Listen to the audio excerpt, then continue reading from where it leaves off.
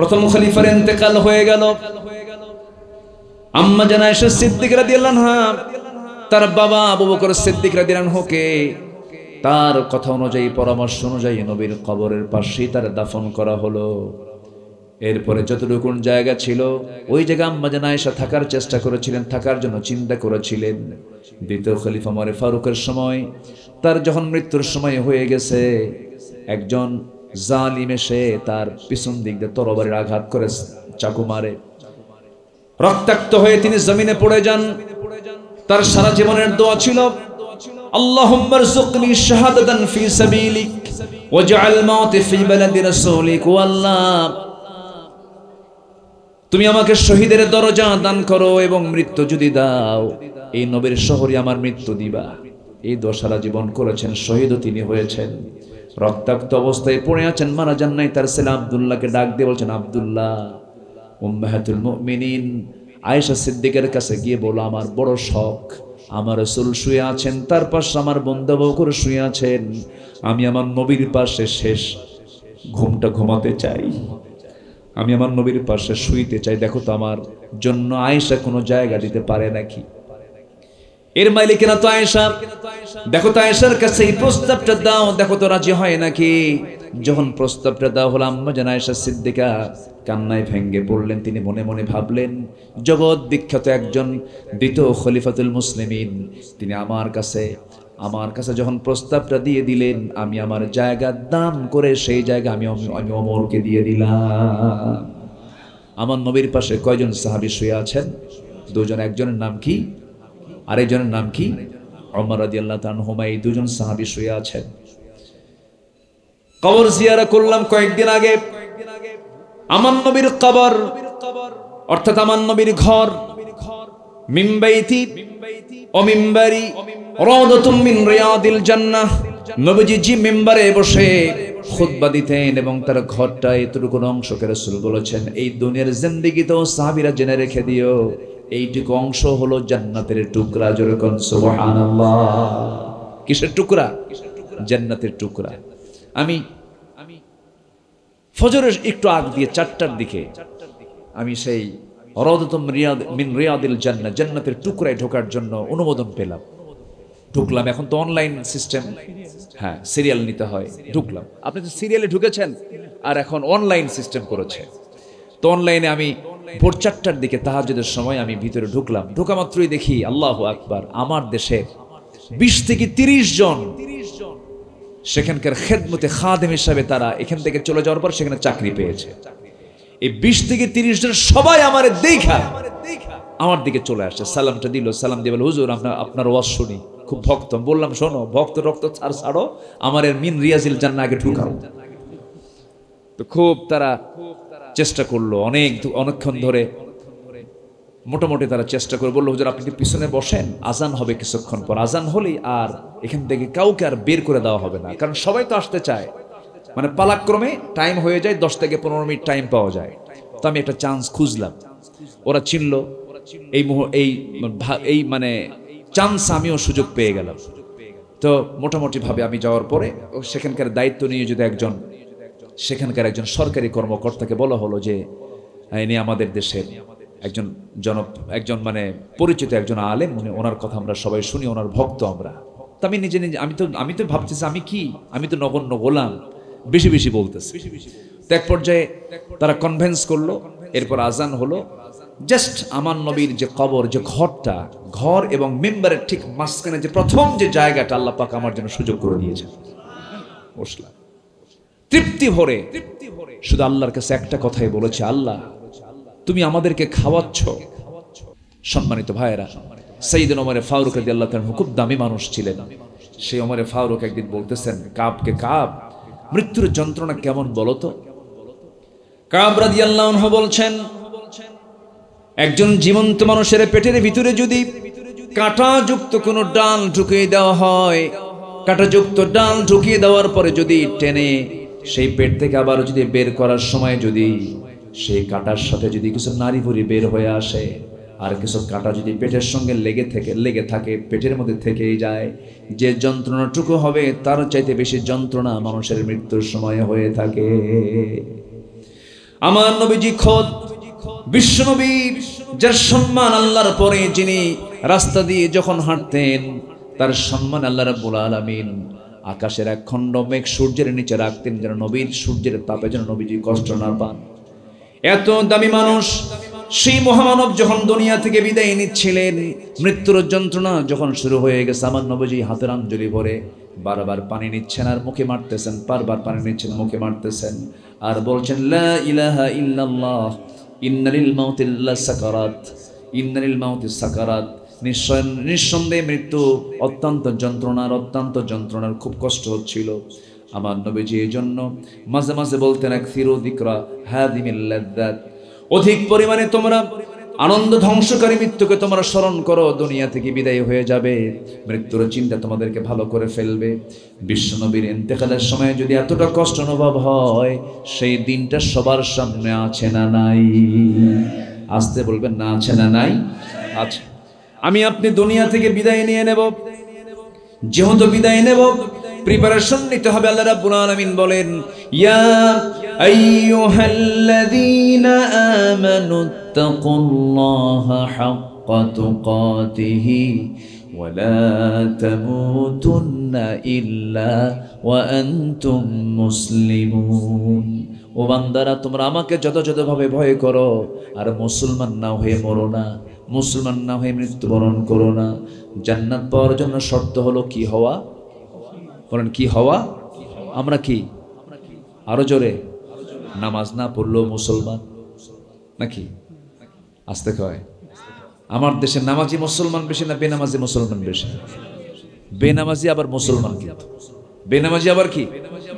মুসলমান। এখানে প্রশ্ন আছে না নাই বলেন তো? আচ্ছা, এমন চিত্র হতো না, এমন চিত্রায়িত হতো না। আমার দেশে মাত্র 5% মুসলমান নামাজ পড়ে, আর বাকি 95% মুসলমান নামাজ পড়ে না। এই দেশের দল কিন্তু অনেক আছে, সব দলের কর্মসূচিতে নামাজ আছে নাকি বলেন? সব দলের কর্মসূচিতে নামাজ আছে? কিছু দলের কর্মসূচিতে কি আছে? নামাজ আছে। বড় বড় যে দলগুলো, বড় বড় যে দল, নাম বললেই চিনবেন, বুঝে নেন। যত বড় বড় দল আমার দেশে আছে, প্রত্যেকটা দলের কর্মসূচিতে আমি চ্যালেঞ্জ দিয়ে দিলাম, নামাজের কোনো কর্মসূচি নাই। তার বড় প্রমাণ হলো, যখন জনসভার ডাক দেয় জনগণ চলে যায়, জনসভার সময় জোহরের আজান দেয়, নামাজ নাই, আসরের আজান দেয়, নামাজ নাই, মাগরিবের আজান দেয়, নামাজ নাই। জান্নাতের জন্য পেরেশান থাকতে হবে, জান্নাতীদের কাতারে যেতে হবে। আপনি মদখোরের আসরে বসে আপনি জান্নাতের তালাশ করেন কেমনে? আপনি চাঁদাবাজদের আসরে বসে আপনি জান্নাতের তালাশ করেন কেমনে? জান্নাতের তালাশ করতে হলে আল্লাহওয়ালাদের আসরে বসতে হবে, আলেমদের আসরে বসতে হবে, ভালো জায়গায় যেতে হবে, ভালো দল করতে হবে। যে দল বলবে আমি আল্লাহর জমিন আল্লাহর দিন কায়েমের জন্য আমরা কাজ করছি, সেই দলে যেতে হবে। রাগ করছেন আপনারা? রাগ করলে তো আমার কিচ্ছু করার নাই, কারণ আমি যদি আজকে হক কথা না বলে যাই, কিয়ামতের দিন আপনি আমার বিরুদ্ধে মামলা দিবেন, আমি জামিন পাবো না। অতএব আমাকে হক কথা বলে যেতেই হবে। সামনে কিয়ামত আছে না নাই? আসতে বলবেন না, কিয়ামত আছে না নাই? এই আকাশ থাকবে? আকাশ যদি না থাকে আপনার বাড়িতে থাকবে, বাড়িতে থাকবে, আকাশই নাই, এই আকাশই থাকবে না। আমার নবী যখন তেলাওয়াত করতেন সেই সূরাগুলো, রাসূল কাঁদতেন, ফুপে ফুপে কাঁদতেন, আওয়াজ বের হতো কান্নার, সাহাবে কেরাম অস্থির হয়ে যেতেন নামাজের মধ্যে। 3টা সূরা 4টা সূরা আছে, ভয়ঙ্কর কিয়ামতের চিত্র আল্লাহ পাক চিত্রায়িত করেছেন। এই সূরাগুলো মাঝে মাঝে ইমাম সাহেবরা তেলাওয়াত করেন, যদি মুসল্লি বুঝতো, মসজিদের মধ্যে কান্নার রোল পড়ে যেত। বোঝে না তো, না বোঝার কারণে নামাজের মধ্যে মজা পায় না, হুজুরও ছাড়ে না, আমিও পারি না। আল্লাহু আকবার। আসেন না বলেন তো? আমার নবীজি মাঝে মাঝে নামাজ এত লম্বা হয়ে যেত, নফল নামাজে তিনি দাঁড়িয়েছেন, গোটা রাত চলে যেত। গোটা রাতে ঘন্টার পরে ঘন্টা চলে যাওয়ার পর আমার নবীজির নামাজ শেষ হয়েছে মাত্র 2 রাকাত। কয় রাকাত বলেন? 2 রাকাত। আর আমার দেশের তারাবির নামাজের দৃশ্য যখন চোখে পড়ে, 20 রাকাত নামাজ শেষ হয় মাত্র 5 মিনিটে। শয়তানও বোঝে না। আসেন না বলেন? রাকাত বেশি করার দরকার নাই, আপনি 4 রাকাতই পড়েন, সময় দিয়ে পড়েন, বুঝে পড়েন। আপনি 8 রাকাত পড়েন, সময় দিয়ে পড়েন, বুঝে পড়েন। 12 রাকাত পড়েন, সময় দিয়ে পড়েন, বুঝে পড়েন। যেটা আপনিও বুঝলেন না, রুকু ঠিক হলো না, সেজদা ঠিক হলো না, সেই নামাজ আল্লাহর দরবারে কবুল হবে না। নামাজটাকে সুন্দর করতে হবে।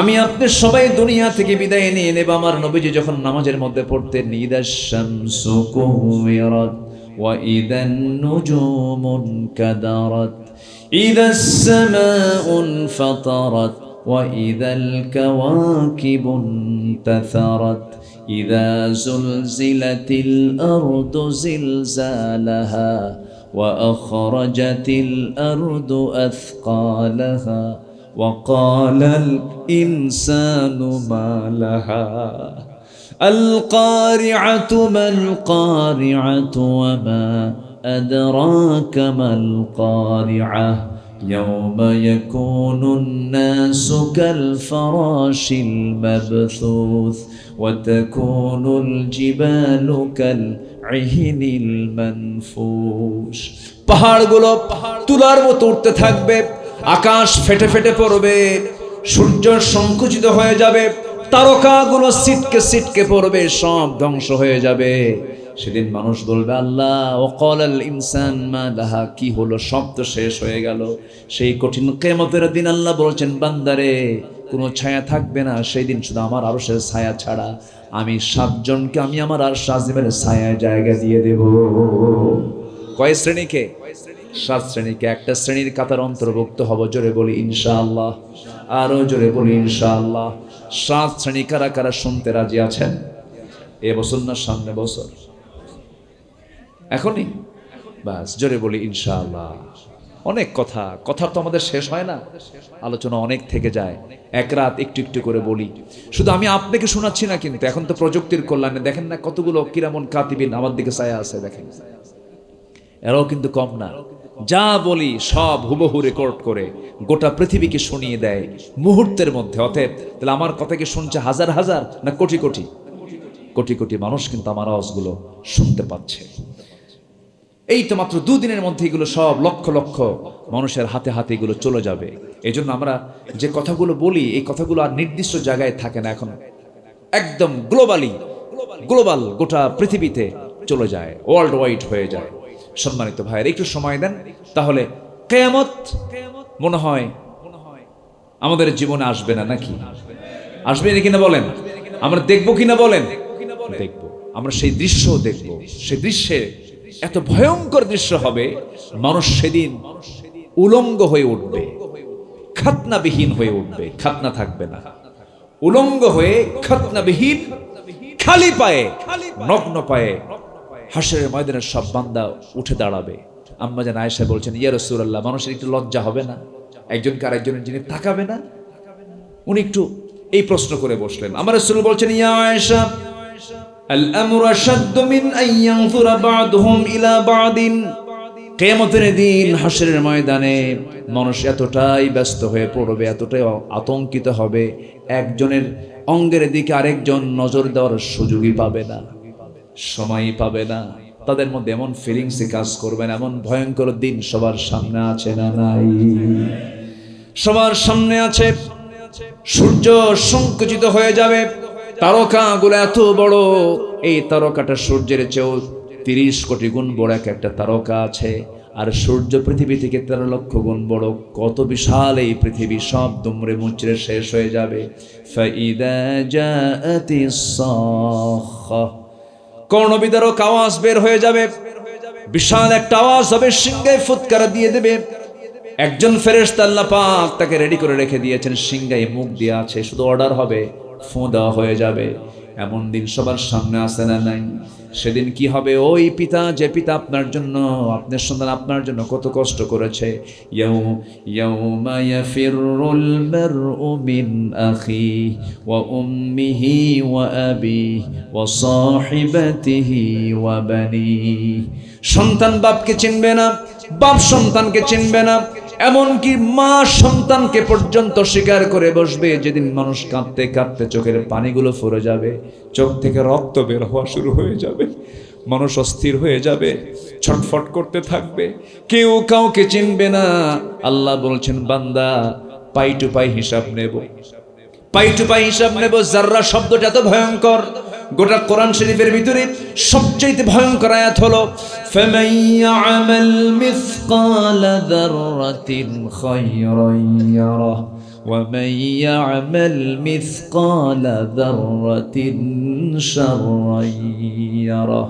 যাররা হলো খালি চোখে যা দেখা যায় না, এমন কোনো পাপ কর্ম নাই, এমন কোনো ভালো কাজও নাই যা বান্দার সামনে সেদিন প্রেজেন্ট করা হবে না, সব দেখিয়ে দেওয়া হবে। বান্দা এই দিনের বেলা এটা করেছো, রাতের আধারে এটা করেছো, এই দিনে চুরি করে যে দিনে ডাকাতি করেছো, মিথ্যা ছলচাতুরি করেছো, সব বান্দাগুলো দেখে বলবে ইয়া লাইতানি কুনতু তুরাবা। নিজের হাত কামড়াবে, নিজের দেহ কামড়াবে, শেষ পর্যন্ত বলবে আল্লাহ আমি যদি মাটি হয়ে যেতাম কতদিন ভালো হতো। কিন্তু পালাবেন কোথায়? পালানোর কোনো সুযোগ নাই। সেই কঠিন দিন আমার আপনার সামনে আছে, আল্লাহ পাক সেদিন খেপে যাবেন আর বলবেন আইনাল জাব্বারুন আইনাল মুতাকাব্বিরুন। কোন অহংকারী আছো, কোন স্বৈরাচারী আছো, আজকে আসো, সামনে দাঁড়াও। সব নত শিরে সব দাঁড়িয়ে যাবে, কাঁপতে কাঁপতে আল্লাহর সামনে দাঁড়িয়ে থাকবে। হাজার হাজার বছর চলে যাবে, বিচার শুরু হবে না। সেই কঠিন দিন একজন মানুষকে আল্লাহ পাক সবচেয়ে বেশি সম্মান দিবেন, তিনি হচ্ছেন মুহাম্মদ সাল্লাল্লাহু আলাইহি ওয়াসাল্লাম। নবীর কথা মনে করার দরকার আছে না নাই? আগে করব কার নাম বলেন? আগে মনে করব কার নাম? সেকেন্ড স্মরণ করব মুহাম্মদ সাল্লাল্লাহু।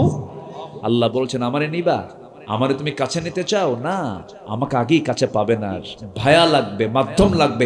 ফাত্তাবিউনি ইউহিব্বুকুমুল্লাহ। আমার হাবিবকে আগে আনুগত্য করো, আমার রাসূলকে আগে আনুগত্য করো, আমি আল্লাহ তোমাকে ভালোবাসি। যেরকম সুবহানাল্লাহ। আল্লাহকে মানবেন, রাসূলকে নেতা মানবেন না। আল্লাহকে মানবেন, রাসূলকে শুধু নামাজে মানবেন, নেতৃত্বে মানবেন না, রাজনীতিতে মানবেন না, রাষ্ট্রে মানবেন না। আপনি উম্মত নন, আপনি ভণ্ড, আপনি প্রতারক। এই যে রাসূলকে মানতে হবে এক জায়গায় না সব জায়গায়। রাসূল কি দেশ চালাইছেন? আস্তে কোন কেন? দেশ চালাইছেন? তিনি কি রাষ্ট্রপতি ছিলেন? তিনি কি হাতে অস্ত্র নিয়েছিলেন? তিনি কি যুদ্ধ করেছেন? তিনি কি হিজরত করেছেন? তিনি কি উহুদের ময়দানে গেছেন? তিনি কি বদর যুদ্ধের নেতৃত্ব দিয়েছেন? এত কিছু জানার পর আপনি না জানার ভান করেন কেন? আপনি ভণ্ডামি করেন কেন? নবীর পূর্ণ আনুগত্য ছাড়া আল্লাহর জান্নাত পাওয়া সম্ভব নয়। ইসলাম এমনি এমনি আসে নাই। যে নবীকে আল্লাহ তাআলা এত পছন্দ করেছেন, মসজিদে কিবলাতাইন একটা মসজিদ আছে, দেখছেন তো? কিবলাতাইন মানে দুই কিবলা। কয় কিবলা? দুই কিবলা। এটা মদিনায়। এই যে কয়েকদিন আগে ঘুরে আসলাম। আল্লাহ তার হাবিবকে কি পরিমাণ ভালোবাসেন দেখেন। মসজিদে কিবলাতাইন কেন হলো? উনি ওই জায়গায় দাঁড়িয়ে 4 রাকাত নামাজ পড়ছিলেন, 4 রাকাত নিয়ত করেছেন, 2 রাকাত পড়েছেন। নামাজের মধ্যেই তার মনে হলো আল্লাহ আমার চেহারাটা বাইতুল আকসার দিক করে, বাইতুল মুকাদ্দাসের দিক করে আমি নামাজ পড়ছি, আমার কিবলা যদি এটা না হয়ে যদি আমার কিবলাটা যদি কাবা শরীফ হতো আমার কত ভালো লাগতো। শুধু মনে করেছেন, আল্লাহকে বলেন নাই। নামাজের মধ্যে আল্লাহ বলছেন قد نرى تقلب وجهك في السماء فلنولينك قبلة ترضاها فول وجهك شطر المسجد الحرام। الله اكبر। মসজিদুল হারাম রাসূল আপনার দেরি করবেন না, 2 রাকাত পড়েছেন মসজিদ আকসার দিকে, সমস্যা নাই। বাকি 2 রাকাত নামাজ আপনি কিবলা ঘুরান, বাইতুল হারামের দিকে নামাজ পড়েন। কয় কিবলা হলো? মসজিদের নাম হয়ে গেছে কি? 2 কিবলা, কিবলাতাইন। একজনকে প্রশ্ন করলাম, ভাই রাসূল আগে নামাজ পড়েছেন কোন দিকে? ওই যে ওখানে চিহ্নটা দেখায় দিল, দেখলাম জাস্ট সম্পূর্ণ উল্টা। কিবলাতাইন। মসজিদে কুবা দেখেন, মসজিদে কুবাটা আবার মসজিদে নববী, যেটা মসজিদে নববী, মসজিদে কুবা এবং শুহাদায়ে উহুদ একদম সোজা, একটা সোজা লাইন, এক লাইনে। মসজিদে কুবায় রাসূল আগে প্রথমে আসলেন, থাকলেন। প্রথম মসজিদ হলো আল্লাযী উসসিসা আলা তাকওয়া, মসজিদে কুবা। মসজিদে কুবায় যদি কেউ ওযু বানায় 2 রাকাত নামাজ পড়ে, আল্লাহ পাক তাকে একটা নফল উমরার সওয়াব দিয়ে দেন, কবুল ওয়ালা উমরার সওয়াব দিয়ে দেন। এত দাম মসজিদে কুবাকে আল্লাহ পাক ইতিহাসের একটি শ্রেষ্ঠ জায়গা বানিয়ে দিয়েছেন। যেরকম সুবহানাল্লাহ, বরকতময় জায়গা বানিয়ে দিয়েছেন। সম্মানিত ভাইয়েরা, সেই বিশ্বনবীকে আমরা মানব এক জায়গায় না সব জায়গায়? সব জায়গায় আমাকে আপনাকে মানতে হবে। কারণ সেই ভয়ঙ্কর দিনে রসুলের দরকার আছে না নাই? আসতে বলবেন না, আছে না নাই? আছে। আল্লাহ রাব্বুল আলামিন সেই কিয়ামতের দিনে হাসরের ময়দানে কিছু কিছু বান্দাকে আল্লাহ রাব্বুল আলামিন অন্ধ করে তুলবেন, বধির করে তুলবেন, বোমা করে তুলবেন, আগুনের উপর আগুনের ভয়ঙ্কর আযাব বাড়াতেই থাকবেন। আল্লাহ রাব্বুল আলামিন বলছেন, ওয়া নাহশুরুহুম ইয়াওমাল কিয়ামাতি আলা ওয়ুজুহিহিম উমিয়ান ওয়া বুকমান ওয়া সুম্মান মাআওয়াহুম জাহান্নাম কুল্লামা খাবাত জিদনাহুম সাঈরা। জোরে বলুন আল্লাহু আকবার। সূরাতুল আল ইসরা আয়াত নম্বর 97। আল্লাহ রাব্বুল আলামিন কিয়ামতের দিন তাদেরকে উপর করে অন্ধ মুখ বধির করে অবস্থায় তাদেরকে তুলবেন, তাদের আশ্রয়স্থল জাহান্নাম হবে। আমার বন্ধুগণ, সেই কঠিন দিনটা আমার আপনার সামনে পড়ে আছে। ভয়ঙ্কর এই পরিণতি দেখে শেষ পর্যন্ত নিজের স্ত্রী সন্তানকে মুক্তিপণ হিসাবে আল্লাহর সামনে দিতে চাইবে। ভয়ঙ্কর সেই দৃশ্য সম্পর্কে আল্লাহ তাআলা নিজেই বলছেন, ইয়াওয়াদ্দুল মুজরিমু লাউ ইয়াফতাদি মিন আযাবি ইয়াওমাইযিন বিবানিহি ওয়া সাহিবাতিহি ওয়া আখিহি। জোরে বলুন আল্লাহু আকবার। সেই কঠিন দিন সবার সামনে আছে। শেষ পর্যন্ত বাঁচার জন্য অনেক চেষ্টা করেও যখন ব্যর্থ হয়ে যাবে, সেই সময় তার হাত কামড়াবে, তার জিহ্বা কামড়াবে এবং আফসোস করে বলবে, ইয়া লাইতানি কুনতু তুরাবা ইয়া লাইতানি ইত্তাখাযতু মা'আর রাসূলি সাবিলা ইয়া ওয়াইলাতা লাইতানি লাম আত্তাখিদ ফুলানান খালিলা ইয়া লাইতানি কদ্দামতু লিহায়াতি। জোরে বলুন আল্লাহু আকবার।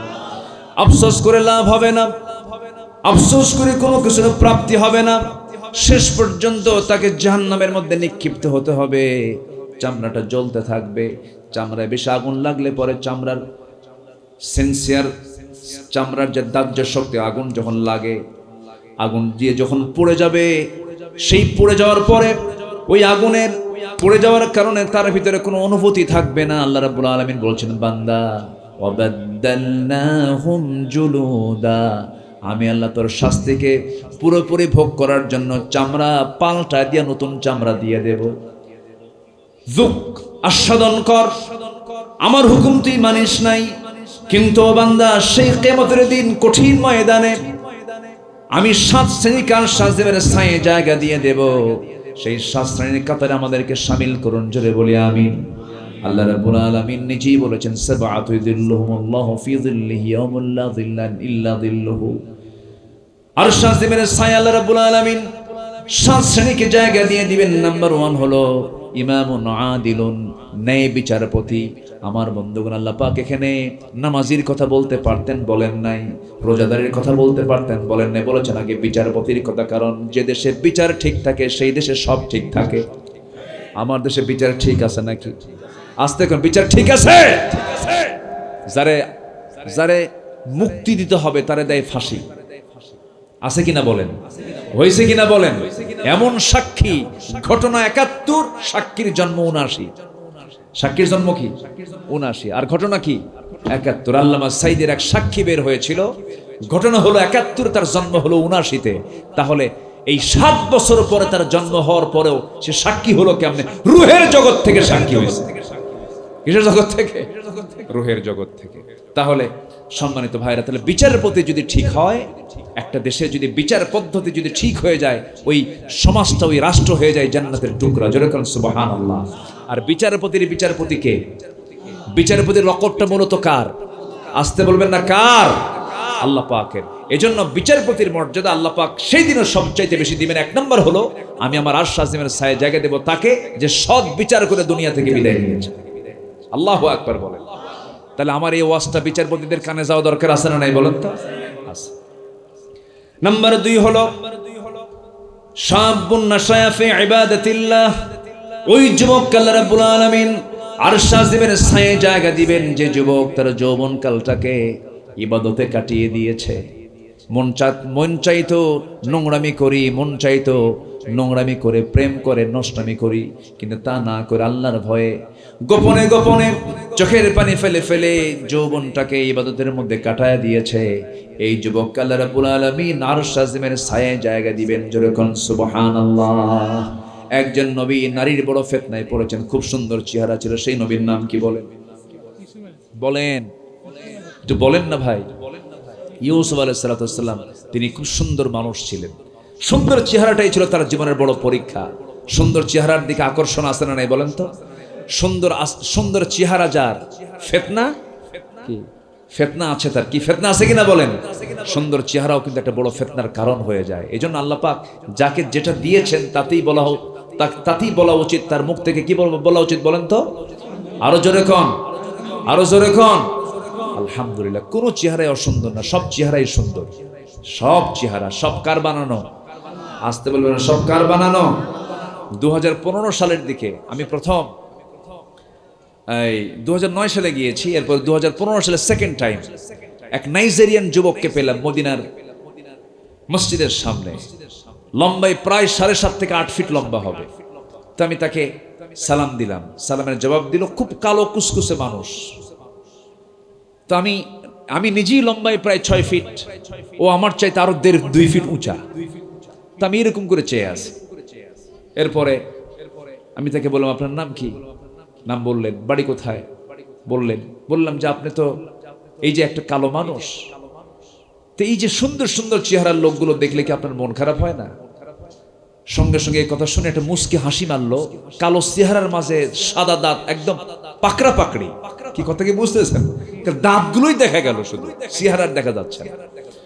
একটা মুস্কি হাসি মেরে শাহাদত আঙ্গুলিটা এরকম করে উঁচা করলো। তো তার শাহাদত আঙ্গুলিটা এত মোটা, আমার কবজি ফেল। কথা বুঝলেন কি? বিশাল ফিগার। নখ উঁচু করে বলল, এগুলো কোন চেহারা হলো? চেহারা তো আমার। কি বুঝতেছেন কি আপনারা? মানে আল্লাহ পাক বান্দার শুকর আদায় করার মতো যোগ্যতা দিয়েছেন বান্দার মধ্যে। এই জন্যই তো বান্দা বলতে পারে আলহামদুলিল্লাহ। তাদের চোখে তারা সুন্দর, পৃথিবীর সবাই সুন্দর। তো ইউসুফ আলাইহিস সালামের সৌন্দর্যে পাগল হয়েছিল একজন মহিলা। তার নাম কি? সবার তো ইতিহাস কম বেশি জানা আছে, ইতিহাসের দিয়ে আমি যাব না, ইতিহাস তো সবাই জানেন। কিন্তু ইউসুফ আলাইহিস সালামকে একটা বারের মতো দুর্বল হয়ে তার দিকে ঝুঁকে পড়েছিলেন, আস্তে ঝুঁকে পড়েছিলেন। বারবার বলে, জুলাইখা বলতেছে, ইউসুফ তোমার চক্ষু কত সুন্দর টানা টানা। জবাবে তিনি বলছেন, জুলাইখা পাম দিও না। কি দিও না? পাম দিও না। আমি বুঝি এই চোখ পৃথিবীর কেউ বানায় নাই, আমার আল্লাহ বানিয়েছেন। অতএব আমার চোখের প্রশংসা না করে আমার আল্লাহ প্রশংসা করো। তোমার চুল কত সুন্দর, তোমার চোখ কত সুন্দর টানা টানা, তোমার চুল কত সুন্দর মসৃণ, তোমার চেহারা কত সুন্দর। বারবার তার চেহারার সৌন্দর্যের বর্ণনা দিচ্ছে। বারবার ইউসুফ আলাইহিস সালাম জবাব দিচ্ছেন, তুমি কি জানো এই চামড়াগুলো জাহান্নামের চিরুনি দিয়ে টেনে টেনে ছেঁড়া হবে, চুলগুলো টেনে টেনে ছেঁড়া হবে। অতএব জাহান্নামকে ভয় করো, আল্লাহকে ভয় করো। বারবার তাকে তার দিকে নিয়ে যেতে চাই, তিনি আল্লাহর দিকে নিয়ে যেতে চান। কিন্তু জুলাইখা নাসরবান্দি হয়ে রাজপ্রাসাদের সকল দরজা লক করে একদম অন্দরমহলে ঘরের মধ্যে তুলে এবার বলছে, ইউসুফ কেউ নেই এই জায়গায়, একমাত্র আমি, তুমি ছাড়া একটা পিঁপড়াও জানবে না সংবাদ। তোমার সার্বিক সিকিউরিটি আমি দেব। সেইদিন ইউসুফ আলাইহিস সালাম বললেন, জুলাইখা দুজন ব্যক্তি যেখানে, তৃতীয় জন আছেন, তিনি আমার কে? আসতে বলবেন না, তিনি আমার কে? তিনি কাঁপতেছিলেন, কাঁপতে কাঁপতে পিছপা হচ্ছিলেন। ধীরে ধীরে তিনি পিছপা হতে হতে দেয়ালের সঙ্গে পিঠটা ঠেকে গেল। চোখের পানি ফেলতে ফেলতে বলছেন, আল্লাহ এত বড় ফিতনায় পড়ে গেলাম, এত বড় বিপদ থেকে তুমি আল্লাহ আমারে বাঁচায়া দাও। আল্লাহ তার জন্য এমন সুন্দর ব্যবস্থা করলেন, দরজা 12টা লাগানো আছে। ওয়াল্লাযীনা জাহাদু ফীনা লানাহদিয়ান্নাহুম সুবুলানা। যে ব্যক্তি আমার পথে আসতে চায়, আল্লাহ বলেন আমি তার জন্য একটা দরজা নয়, হাজারো দরজা খুলে দেই। সকল দরজা পটপট করে খুলে গেল। বাইরে বের হয়ে গেলেন, নিষ্কৃতি পেয়ে গেলেন, নিজের সতীত্বের হেফাজত তিনি করতে পারলেন। বাইরে বের হয়ে বিপদটা আবার নতুন করে শুরু হলো, রাষ্ট্রীয় ষড়যন্ত্র শুরু হয়ে গেল, সম্পূর্ণ দোষ চাপিয়ে দেওয়া হলো আল্লাহর নবীর উপরে। কিন্তু দোষটা ছিল নবীর না মহিলার? বলেন বলেন, কার ছিল? মহিলার দোষ ছিল। যখন তাকে দোষারোপ করা হলো, অনেক লম্বা কথা, জেলখানার কথা বলা হলো, সঙ্গে সঙ্গে ইউসুফ মুস্কি হাসি মেরে বললেন, তোমরা আমাকে জেলখানার ভয় দেখাও কেন? জেলখানা আমার কাছে এই মুহূর্তে প্রিয়। আহাব্বু ইলাইয়া, আমার কাছে জেলখানায় প্রিয়। কেন প্রিয়? জুলাইখার ডিস্টার্ব থাকবে না। সুবহানাল্লাহ। আমি জেলখানায় ঢুকলে তো আর এখানে আসতে পারতেছেন, আমি বেঁচে গেলাম, আমার জেলখানায় ঢুকাও। আল্লাহু আকবার বলেন। ঢুকে গেলেন জেলখানায়। তাহলে এই ষড়যন্ত্র কি আজকের না বহু আগে? তাহলে জেলখানায় কি আল্লাহর নবীরা গেছে? গেছে কিনা বলেন? চুরি কইরা না ঈমান পরীক্ষার জন্য? কিসের পরীক্ষার জন্য? ঈমান পরীক্ষার জন্য। আমার বন্ধুগণ, বিশেষ করে যুব সমাজ যারা আছো, যুবকরা, আজকের এই সমাজে যৌবনকে টিকে রাখা খুব কঠিন ব্যাপার। সবচেয়ে বড় ফিতনা আমার কাছে মনে হচ্ছে ডিভাইসগুলো। মোবাইলকে মুসলমান বানায় নিবা। মোবাইলকে কি বানায় নিবা? মুসলমান বানায় নিবা। মোবাইলকে সুন্দর করে সেটআপ দিয়ে দিবা। মোবাইলকে যাবতীয় নোংরা থেকে বাঁচায় রাখবা। যদি নোংরা থেকে না বাঁচাতে পারো, মোবাইল ব্যবহার করার কোনো দরকার। যে মোবাইল চালাতে পারবে সে মোবাইল চালাতে পারবে, কিন্তু যাকে মোবাইল চালাবে, মোবাইল যাকে চালাবে তার ব্যবহার করা জায়েজ নাই, আর যে মোবাইলকে চালাবে তার ব্যবহার করা জায়েজ। মোবাইল সবার ব্যবহার করা জায়েজ না। যে দুর্বল, ওকে তো মোবাইল খেয়ে ফেলবে, শেষ করে ফেলবে। এই জন্য যুব সমাজ, নোংরামির দিকে যাবা না। একটা মুহূর্ত পিচ্ছিল পথে যদি পা দাও, তুমি ধ্বংস হয়ে যাবে। নোংরামির পথে যেও না, মাদকে যেও না, নেশায় যেও না, অসৎ বন্ধু নির্বাচন করো না। সুন্দর করে জীবনটাকে সাজাও, যৌবনটাকে সাজাও। তুমি কি জানো তোমার ভরা যৌবনের দামটা কত? তোমার ভরা যৌবনের দামটা এত বেশি, এত বেশি। আল্লাহ পাক বলছেন, যার ভরা যৌবনকে আমার পথে যারা ব্যয় করবে, আমি তার জন্য আরশ আজিমের ছায়ে জায়গা দিয়ে দেব। জোরে বলি সুবহানাল্লাহ। নোংরামিতে পা দেবে না, মাস্টারবেশনে যাবা না। বিয়ের প্রয়োজন হবে, বিয়ে করে ফেলবা। আব্বা আম্মাকে মুখ ফুটে বলে ফেলবা, আব্বা বিয়ে করাও। কিছু বাপও আছে বেকুব, সন্তানের অভাব বোঝে না। আছে না কিনা বলেন? আছে কিনা বলেন? বলে যে তুই আগে নিজের পায়ে দাঁড়া, ওকে অন্যের পায়ে দাঁড়ায়। আছে নাকি? নিজের পায়ে আগে দাঁড়া, কিছু করে খা, কামাই কর। বাস, শিক্ষিত ছেলে পড়াশোনা করতে করতে 40 বছর হয়ে যায়, বিয়ে করে 45-এ, বাচ্চা কাচ্চা হয় 50-এর পরে। 50-এর পরে যদি বাচ্চা হয়, সেই বাচ্চা যদি রাস্তায় হাঁটে, রাস্তায় হাঁটতেছে বাচ্চা নিয়ে, একজন বলতেছে, ভাই এটা তোমার কি? কি কথা বুঝতেছেন? কি কথা বুঝতেছেন? এটা তোমার নাতি কি না? আর গ্রামের অশিক্ষিত মানুষ 21 বছর বয়সে বিয়ে করছে, 21 বছরের বাপ হয়েছে, 23 বছরের বাপ হয়েছে, 40 বছরে দাদা হয়েছে, আর 60 বছরে কি মহাদাদা। কি দাদা বলেন তো? মহাদাদা। এটাই তো সুখ। এজন্য জীবনকে কাজে লাগাতে হবে। অসৎ কোনো পন্থা অবলম্বন করা যাবে না, জেনার কাজে যাওয়া যাবে না। অসৎ পথে পা দিলেই কি শান্তি না অশান্তি? শান্তি না অশান্তি? সুস্থ না অসুস্থ? সুস্থ না রোগ? রোগ তৈরি হবে। আল্লাহ পাক যুব সমাজকে ইসলামের পথে অবিচল থাকার তৌফিক দান করুন। জোরে বলে আমিন। আরো জোরে বল আমিন। নাম্বার 3 হলো, ওই সমস্ত বান্দাকে আল্লাহ পাক আরশ আজিমের ছায়ে জায়গা দিবেন যার দিল সর্বক্ষণ লটকানো থাকে মসজিদের সাথে। জোরে বলেন সুবহানাল্লাহ। আজান হবে কখন, যাব কখন? আজান হবে কখন, যাব কখন? শাহজাদপুরে যাব আমি, আজান শুনবা মসজিদে চলে যাব। উল্লাপাড়া যাব, মসজিদে আজান শুনবা মসজিদে চলে যাব।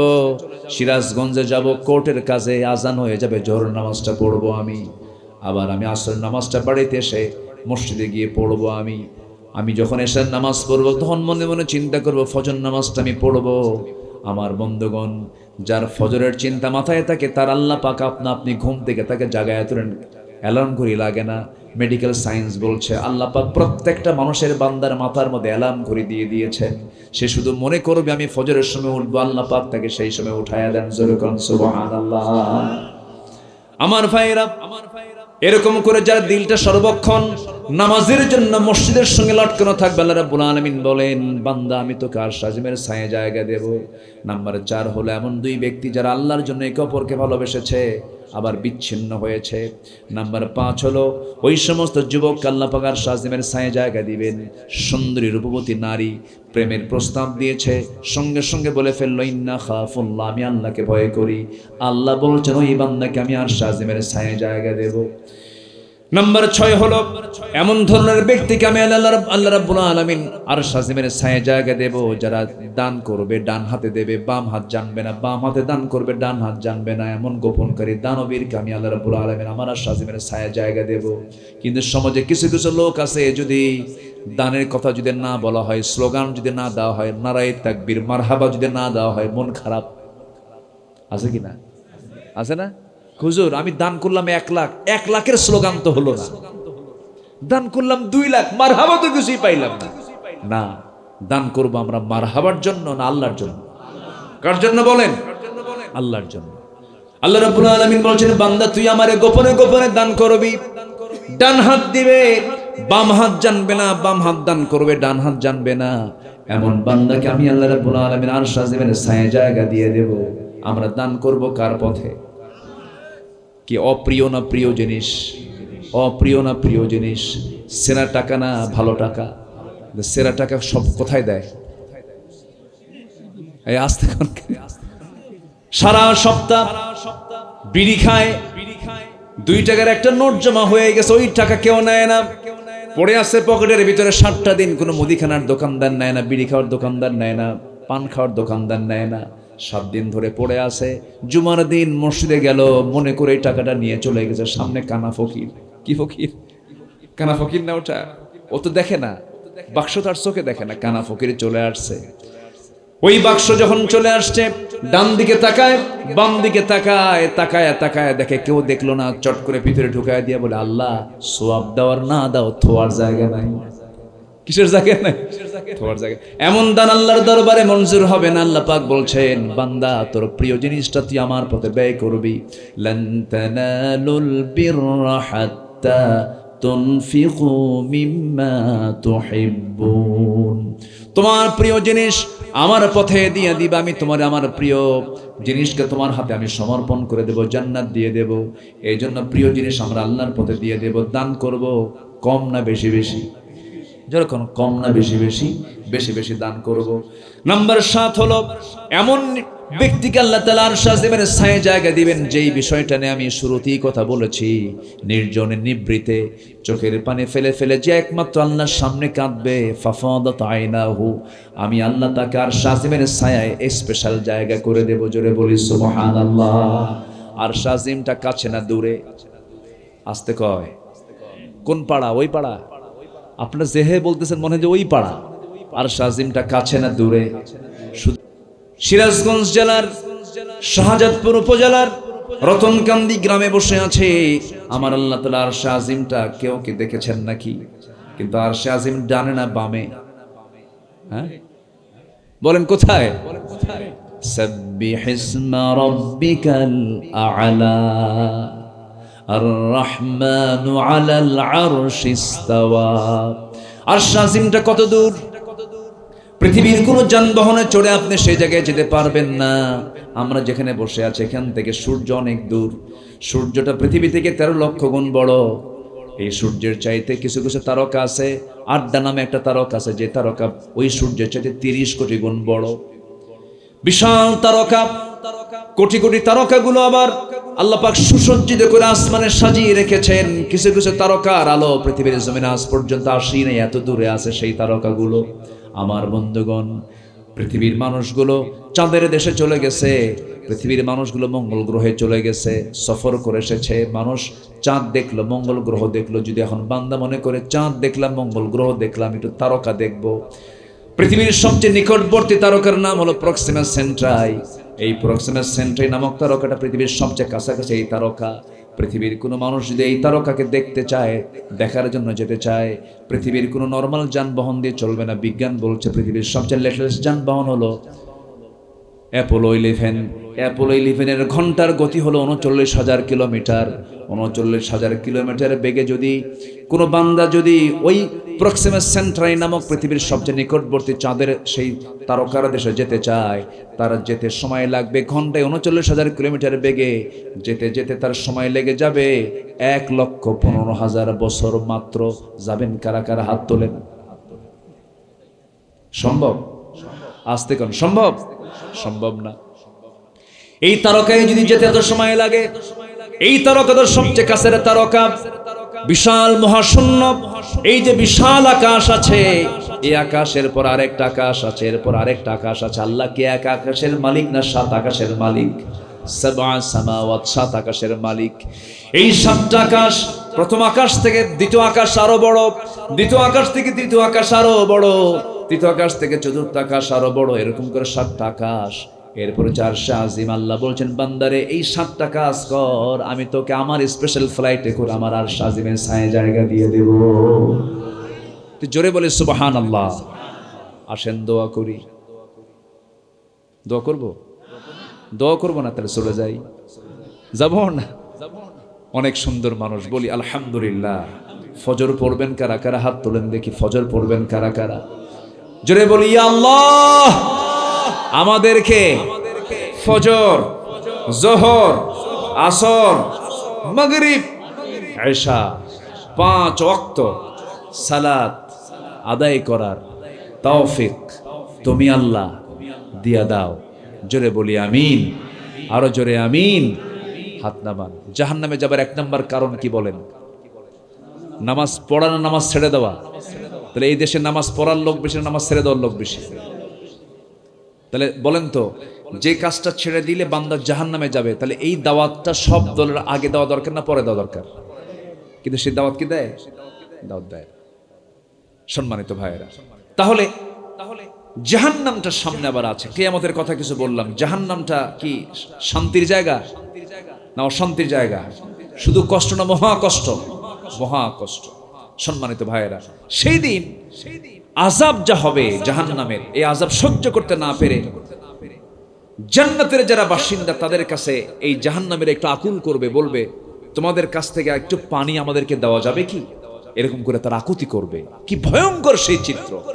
আল্লাহ রাব্বুল আলামিন বলেন, ওয়ানাদা আসহাবুন নারি আসহাবুল জান্নাহ আন আফিদু আলাইনা মিনাল মাই আও মিম্মা রাযাকাকুমুল্লাহ ক্বালু ইন্নাল্লাহা হাররামাহুমা আলাল কাফিরিন। জোরে বলুন আল্লাহু আকবার। সূরাতুল আরাফ আয়াত নাম্বার 50। মহান রব্বুল আলামিন বলছেন, সেই দিন জাহান্নামের অধিবাসীরা তারা জান্নাতের অধিবাসীদেরকে বলবে আমাদের উপরে কিছু পানি অথবা আমাদেরকে আল্লাহ যে রিজিক দিয়েছেন তা থেকে একটু ঢেলে দাও। তারা বলবে, নিঃসন্দেহে আল্লাহ তাআলা কাফিরদের উপরে তা হারাম করেছেন। জান্নাতের কোনো নিয়ামত চুল পরিমাণ জাহান্নামবাসী পাবে না, কখনো পাবে না। শেষ পর্যন্ত ব্যর্থ হয়ে যাবে। শেষ পর্যন্ত ব্যর্থ হয়ে আল্লাহকে ডেকে বলবে, ইউখাফফাফু আলাইনা ইয়াওমান মিনাল আযাব, আল্লাহ শাস্তি একটু কমায়া দাও, তাও কাম হবে না। ক্বালু আওয়ালাম তাকু তা'তিকুম রুসুলুকুম বিল বাইয়িনাত ক্বালু বালা ক্বালু ফাদউ ওয়া মা দুআউল কাফিরিনা ইল্লা ফি যালাল। জোরে বলুন আল্লাহু আকবার। কাফিরদের কোনো দোয়া কবুল হবে না। পরিশেষে তারা চিৎকার করে বলবে, আর্তনাদ করে বলবে, রব্বানা আখরিজনা না'মাল সালিহান গায়রাল্লাযী কুন্না না'মাল আওয়ালাম নু'আম্মিরকুম মা ইয়াতাযাক্কারু ফীহি মান তাযাক্কার ওয়াজাআকুমুন নাযীর ফাযূকু ফামা লিয-যালিমিনা মিন নাসীর। জোরে বলুন আল্লাহু আকবার। চিৎকার করে বলবে, আল্লাহ আমাদেরকে দুনিয়াতে পাঠাও, নেক আমল করে আসবো, কিন্তু সুযোগ আছে, সুযোগ আছে। অতএব মরতে যখন হবে আমাদের চিন্তা হবে দুনিয়ার না আখিরাতের। ভয় হবে কারণ আল্লাহর, কার ভয়ে বলেন? চিন্তা কিসের?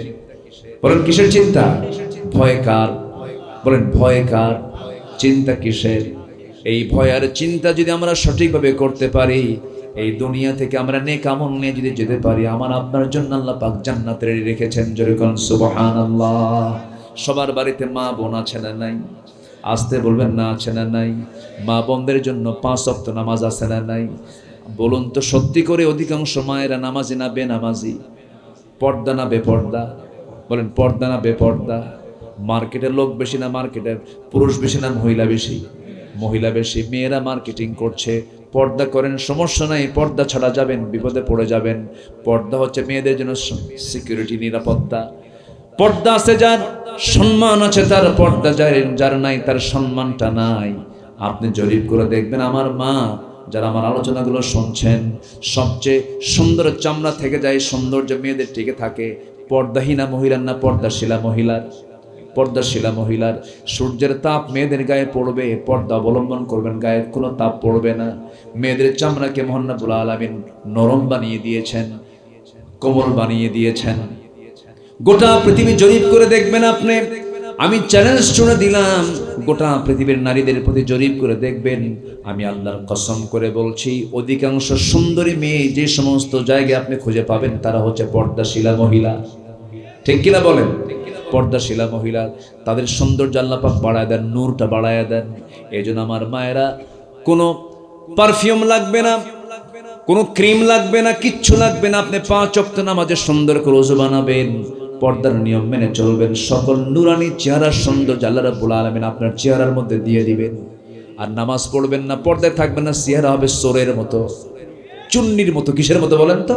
চুন্নির মতো হবে। এই জন্য ইসলাম মানবেন, সব সৌন্দর্য আল্লাহ পাক আপনার বাহ্যিক ভিতর সব দিয়ে দিবেন। আলহামদুলিল্লাহ বলেন, জোরে বলেন আলহামদুলিল্লাহ। আবার কিছু কিছু মহিলা আছে সারা বছর বোরকা পড়ে, ঈদের দিন আর বিয়ের দিন বোরকা ছাড়ে। আছে কিনা বলেন? আচ্ছা, ঈদের দিন কি ফিতনা কম না বেশি? বিয়ের দিন ফিতনা কম না বেশি? ফিতনা বেশি। বিয়ের দিন বোরকা ছাড়ে কেন? ওই যে বাবার বাড়ি থেকে কিছু গহনা পাইছে, গহনাগুলো বোরকা পড়লে তার দেখা যাবে না, তো বোরকা ছাইড়া ওই গহনাগুলো পরে আর বলে এই যে দেখো। আছে কিনা বলেন? এই নোংরামিগুলো করা যাবে না। আল্লাহ পাক মাদেরকে পর্দায় থাকার তৌফিক দান করুন, ইমানি চেতনা লালন করার তৌফিক দান করুন। আল্লাহ পাক এলাকার মা বোনদেরকে 5 ওয়াক্ত নামাজি বানান। মেয়েদের ফার্স্ট কাজ হচ্ছে পর্দা। মেয়েদের ফার্স্ট কাজ কি? পর্দা আছে নামাজ হবে, পর্দা আছে রোজা হবে, পর্দা আছে সকল ইবাদত আল্লাহর দরবারে মঞ্জুর হবে। পর্দা নাই, কোনো কিছু কবুল হবে না। আমার দেশে পর্দার বিধানটা আসুক, সবাই চান না ইনশাআল্লাহ? সবাইকে চান? এদিকে মেয়েরা বিপদে পড়বে? বলেন মেয়েরা বিপদে পড়বে না সম্মান বাড়বে? সম্মান বেড়ে যাবে। আল্লাহ পাক মেয়েদের সম্মান দিয়েছেন হলো পর্দার মধ্যে। আসুন না আমার মাকে সম্মানের চোখে দেখার চেষ্টা করি, আমার মাকে মর্যাদা দেওয়ার চেষ্টা করি। একটা নারীর দিকে যখন তাকাবো, আমার বাড়িতে ভাববো আমার বাড়িতে এমন একটা বোন আছে, আমার বাড়িতে আমার মা আছে। এক সাহাবী নবীর সামনে দাঁড়িয়ে বলেন, ইয়া রাসূলুল্লাহ, আমি সব বাদ দেব, জিনা বাদ দিতে পারবো না। দেখছেন কথার সাইজ? দেখছেন? সব বাদ দেব, জিনা বাদ দিতে পারবো। রাসূল বললেন, তাই? আচ্ছা আমি তোমাকে প্রশ্ন করে বলেন। রাসূল বলছেন, তুমি যার সঙ্গে জিনা করতে যাবে, সে যদি তোমার, রাসূল বলেন, তোমার মার সঙ্গে যদি কেউ জিনা করতে আসে তুমি কি করবে? হুজুর এটা কি সহ্য করা যায়? মেরেই ফেলবো।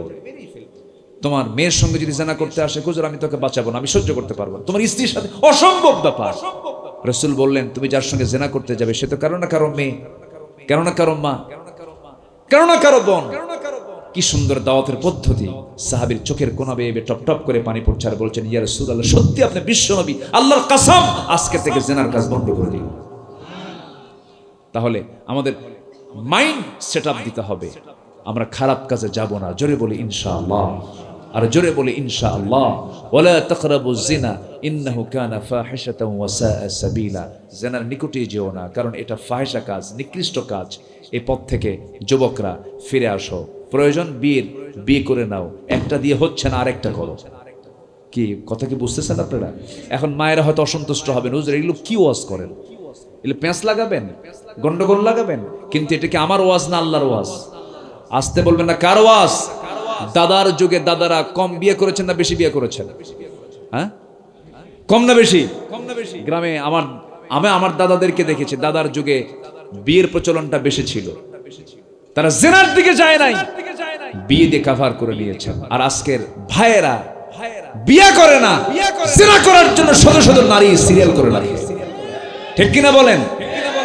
বউরাও কম দুষ্ট না, বউরা কয় যা কর কর, আমি সাইনবোর্ড কিন্তু একটাই, বিয়ে করবি খাইয়া ফালাবো। এরকম কিছু আছে না? এগুলো করা ঠিক না। আল্লাহ তাআলা জেনা থেকে বাঁচার জন্য পন্থা দিয়েছেন। ফানকিহু মা তাবা লাকুম মিনান নিসা মাসনা ওয়া থুলাথা ওয়া রুবা, 2 2 3 3 4 4টা বিয়ে করো, কিন্তু জেনার নিকটে যেও।